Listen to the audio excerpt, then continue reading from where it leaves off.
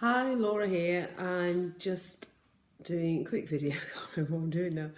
I've got a bit distracted about I'm doing sections on anxiety and trying to help people through the exam period that's obviously imminently arriving.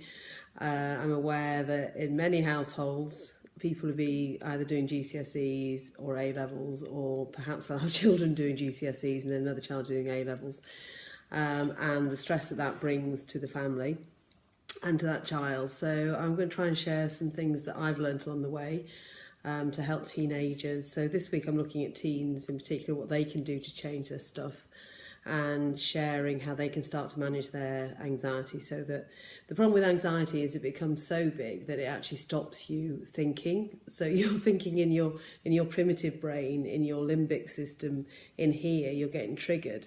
And unfortunately, when that happens, this bit, your thinking, your empathy, your communication, all those things that you need for an exam get temporarily wiped out.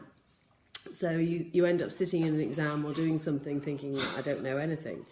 So the key to managing exam stress is start now, start early, and try and actually calm your system down so that you don't get flooded by anxiety. I shared a tip yesterday, which might sound a bit silly, but it was my theory on teenagers for a long time, and I have got 3 of my own, is that if they learn to smile more at people and remember to say please and thank you, that life would be an awful lot easier. In my experience, a lot of teenagers feel very uncomfortable socially, so they look very as if they're aggressive when really they're not. They look like they don't want to talk to you, whereas really they don't really know what to say.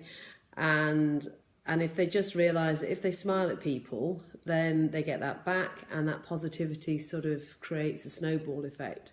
And it's really simple, and we can all do it. You know, if we go in and we smile at people, then we get a positive reaction back. If we go in and look defended, then we get that reaction back. So I shared that yesterday, and it might have sounded a bit silly, but there is sense in it, honestly. And today I was thinking, what else could people do to sort of calm themselves, or teenagers to calm themselves down? And it is about trying to get things in perspective. So one step at a time. Whatever happens in the exams, the world will not end.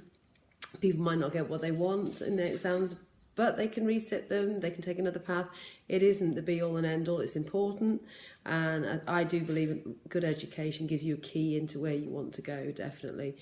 But there's always another path and different path, or sometimes a better path.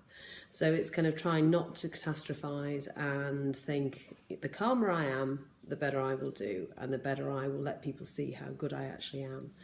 So I'm going to be sharing different tips, specifically towards teens for the next few days. And then I'll go on to adults, how we as adults can help. And again, this is experience learned through getting it wrong a lot, and realising that I make mistakes, and the more I go on, the more stressed I am, the less my children want to do.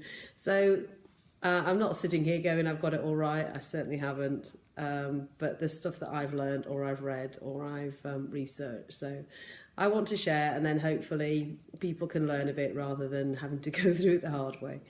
Anyway, thank you very much.